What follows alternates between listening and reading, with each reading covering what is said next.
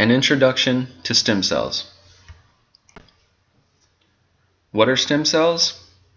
Stem cells are unspecialized. In other words, think of stem cells like a wild card. They can be anything. They can become blood cells, muscle tissue cells, brain cells, etc. It is precisely this property of being unspecialized that makes stem cells so powerful. There are two forms of stem cells, technically three as of 2006.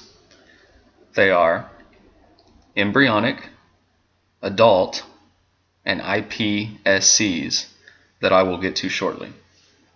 Stem cells can be induced to become any cell type that is in the body. That is, they're malleable. The history of stem cell research begins in 1981 with lab mice. Scientists were able to gather embryonic stem cells from mice embryos. After this breakthrough, great research was conducted that eventually led to gathering embryonic stem cells from human embryos in 1998. Despite some negative media attention, these human embryos were donated for research, grown through in vitro fertilization, all with the consent of the donor.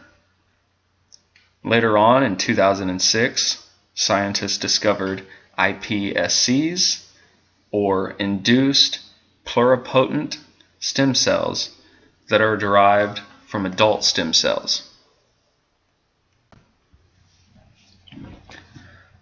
The two types of stem cells, technically three, are embryonic, adult, and induced pluripotent stem cells. Embryonic stem cells, as mentioned earlier, come from donors with written consent, and they are grown through in vitro fertilization in a clinic. Once developed, these embryonic cells are placed in a controlled medium where just the stem cells can continue to reproduce, not as an embryo would, but just as cells naturally replicate. Scientists then use these embryonic stem cells for drug research to test the cellular reactions to the drugs. They also take these cells and inject genes of a particular cell and induce the stem cell to differentiate or become a specialized cell, such as brain cells, pancreatic cells, bone marrow cells, and more. The issue with embryonic stem cells is that they are general stem cells, meaning that they are not genetically matched to a particular person that needs the stem cell treatment. As a result, the body's immune system likely will reject the implant or the cell group. Another issue is the ethical concerns about where the embryonic stem cells come from. Regulations must ensure embryonic stem cells are not coming from embryos inside an actual human. The second type, adult stem cells, are similar to embryonic stem cells, except for that they come from adults. The research on adult stem cells still has a long way to go, but researchers know that they can be used, like embryonic stem cells, to become any cell type. One common application of adult stem cells has been for bone marrow transplants. Since the 1950s, scientists have taken bone marrow from healthy donors to sick donors, and within the bone marrow are bone marrow stem cells and hematopoietic stem cells, which create every type of blood cell. The third type of stem cells that are derived from adult stem cells are the induced pluripotent stem cell, which is just an adult stem cell that has been genetically changed to an embryonic-like state. These iPSCs have great potential for transplants since they can be coming from the adult that needs the transplant to hopefully ensure the body won't reject the created organ or the cell structure, as a lot of organ transplants get rejected by the body's immune system. The possibility of stem cells are essentially unlimited. They can be used to create cancer-killing cells to be injected into a cancer patient to cure cancer. They can be made into any organ for an organ transplant. They can be made into a hand, an arm, or into a leg for a limb replacement. They can be used to replace clogged arteries, underperforming heart valves, and other heart disease-related problems. They can be made into pancreatic cells to cure diabetes and whatever else the body needs to cure, such as deafness, blindness, those with muscle or nerve problems, and eliminate birth defects. Of course, this is not a complete list of possible solutions to all of our medical issues. However, this is an idea of the possibilities that can be achieved with stem cell research. Stem cells are the long-desired fountain of youth that so many people have looked for. This is a visual representation of how an egg gets in vitro fertilized and then moves to being a blastocyst, which is a gathering of stem cells, and then moved by a scientist to a controlled medium or culture.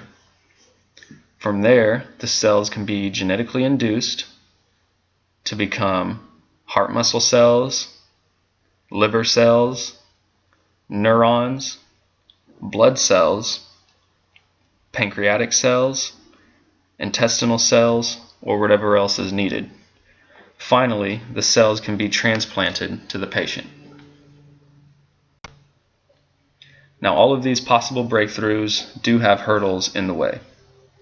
Money, and more money is needed to do the research and clinical trials.